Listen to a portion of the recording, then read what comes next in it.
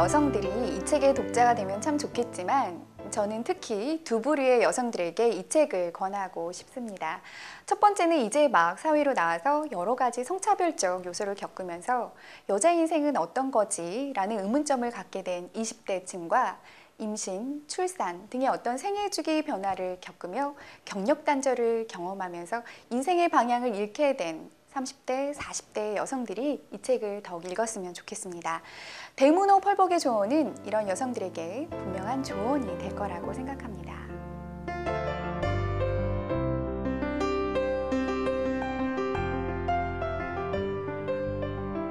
이 책 서두에 행복한 무지라는 표현이 있어요. 이 행복한 무지란 무지하기 때문에 자신이 처한 부당함이나 부조리 그리고 불평등을 인식하지 못한 채 자신이 속한 이 집단과 환경이 세상의 전부라고 착각하면서 살아가는 모습을 말합니다.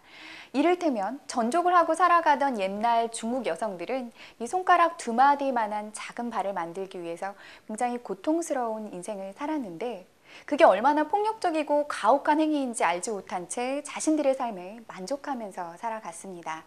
저는 이 순간에도 혹시나 이 행복한 무지에 의해서 불행이 행복인 것 마냥 착각하면서 살아가고 있는 여성들이 있는 건 아닌지 혹은 자신이 그렇게 살아오지는 않았는지 이 책을 통해서 자각해 보셨으면 좋겠습니다.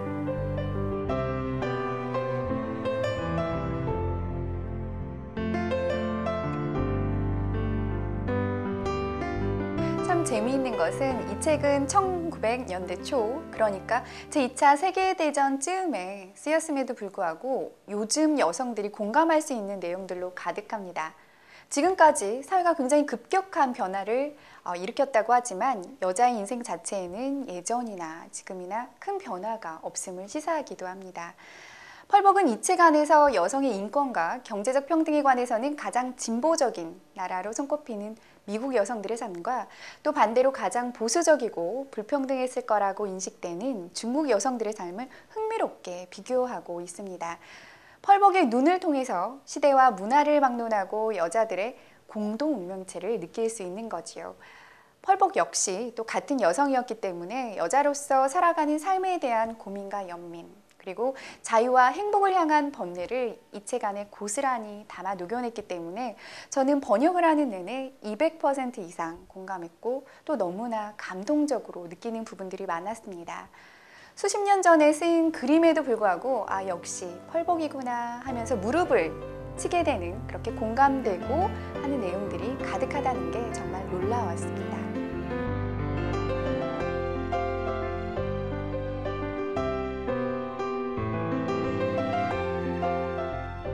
히틀러 집권 당시에 나치를 지지했던 독일 여성들에 대한 이야기가 저는 개인적으로 가장 흥미가 있었는데요.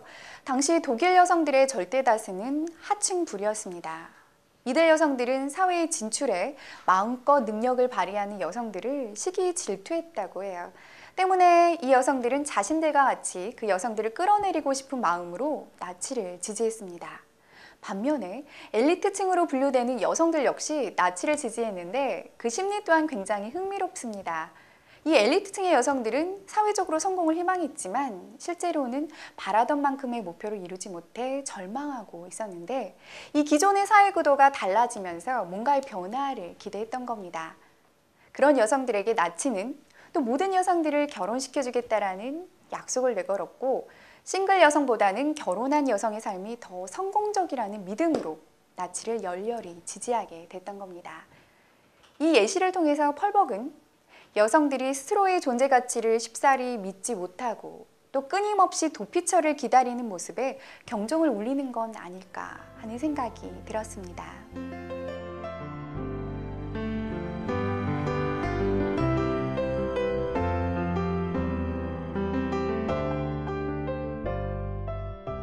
여자로서 누리는 특권은 여자 스스로 만들어가는 것이라는 메시지가 이 책의 핵심 메시지가 아닐까 싶습니다.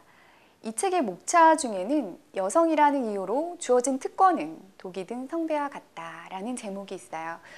과거의 미국 여성들은 크게 세 부류로 나눌 수 있는데요. 첫 번째는 타고난 재능을 무기로 평생 자기 성취를 하면서 발전적으로 성장하는 여성들이고요.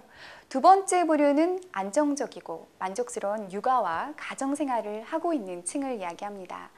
문제는 세 번째 부류인데요. 이들은 생활비를 벌어야 한다라는 압박에서는 자유롭지만 특별한 재능이나 직업도 없고 가사와 자녀 양육에도 큰 흥미를 느끼지 못합니다.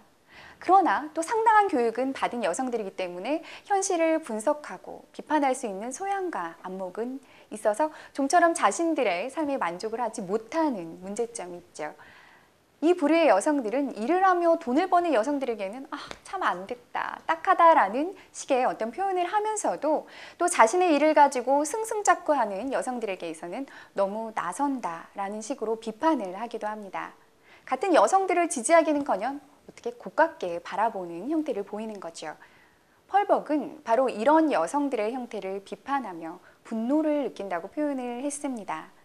그녀들이 그런 식으로 무능함을 표출하는 것은 생계를 짊어져야 하는 의무를 회피할 가정이 있기 때문이고 또 여자로서 남성에게 의지하고 기댈 수 있는 그 특권이야말로 바로 그 여성들을 불행하게 만드는 원인이라고 말하고 있습니다.